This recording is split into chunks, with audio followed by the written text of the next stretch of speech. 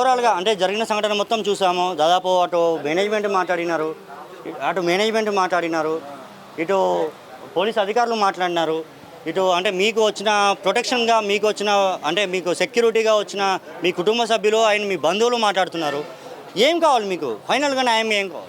న్యాయం ఏమన్నా చేయాలి సార్. కనీసం 25,000 అంటే ఏదేమన్నా చనిపోయిందని ఖర్చు మందమని అయితే సార్ వాళ్ళకి న్యాయం జరగాలి. ఉండడానికి ఇల్లు లేదు, తినడానికి తిండి లేదు. ఏం చేస్తారు ఇప్పుడు ఈ కుటుంబ సభ్యులు? వాళ్ళు రెగ్యులర్గా చేసుకున్నారు, కూలి పని చేసుకుని బతుకుతారు సార్.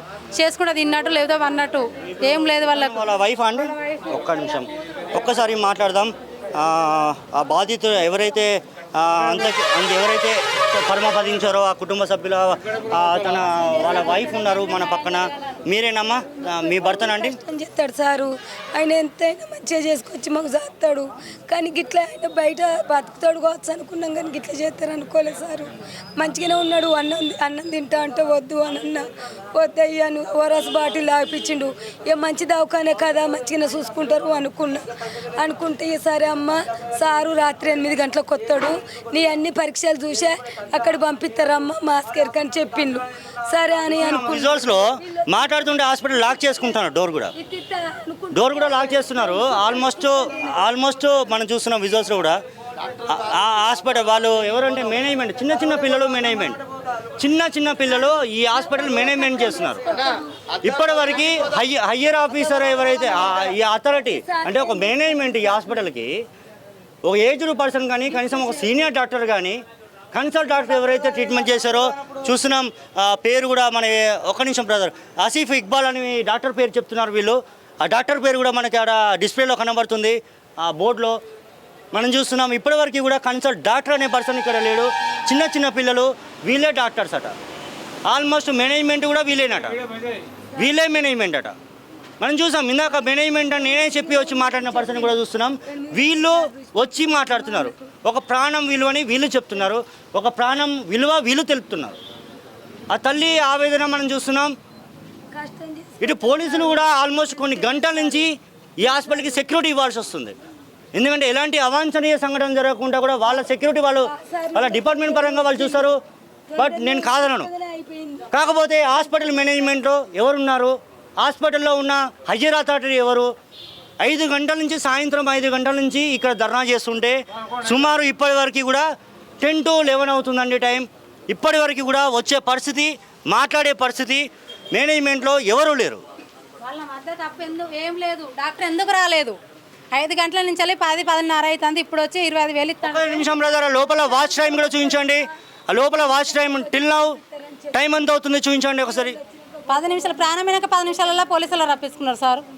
5 గంటల నుంచి మేము డాక్టర్ రాలే, మీరు ఏమైనా మాట్లాడాలో చేయాలి, మాకు చూసుకుంటే ప్రాణాలు తీసి ఇంజక్షన్ ఇస్తాం పిల్లని మేము మాట్లాడుతా అంటే ఇప్పటి వరకు కూడా డాక్టర్ రాలే. 5 గంటలు చనిపోతే 10 గంటల దాకా రప్పిలే సార్. మాకు ఏదైనా కూడా న్యాయం జరగాలి. ఇంకా ఎన్ని గంటలు మరి వీళ్ళ ఇట్లా మీ నిరీక్షణ? నేను వీళ్ళది మీరు ఇద్దరు నిరీక్షణ. వాళ్ళకి ఏదైతే లీగల్గా ఉన్నదో ఆ డాక్టర్ గారి మీద కేసు రిజిస్టర్ చేస్తాను. 100% వాళ్ళకైనా పోలీస్ స్టేషన్కి వస్తే 100% ఎఫ్ఐఆర్ చేసేసి వాళ్ళ చేతిలో కేసు పెట్టారు.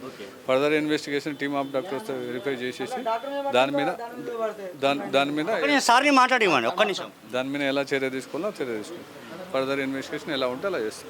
ఖచ్చితంగా మీరు ఎఫ్ఐఆర్ ఫైల్ చేస్తారు, డాక్టర్ మీద యాక్షన్ తీసుకుంటారు. ఎస్ ఎగ్జాక్ట్లీ, డాక్టర్ మీద యాక్షన్ తీసుకుంటాం. ఎఫ్ఐఆర్ చేసి వాళ్ళకి ఫర్దర్ ఇన్వెస్టిగేషన్లో క్లారిటీ చేస్తాం. Thank you sir. ఎందుకనంటే ఇన్ని గంటల నుంచి వీళ్ళు ఇక్కడ వెయిట్ చేస్తున్నారు. తప్పు ఎవరు చేసినా తప్పే, ఎంత పెద్ద అధికారి చేసినా తప్పే.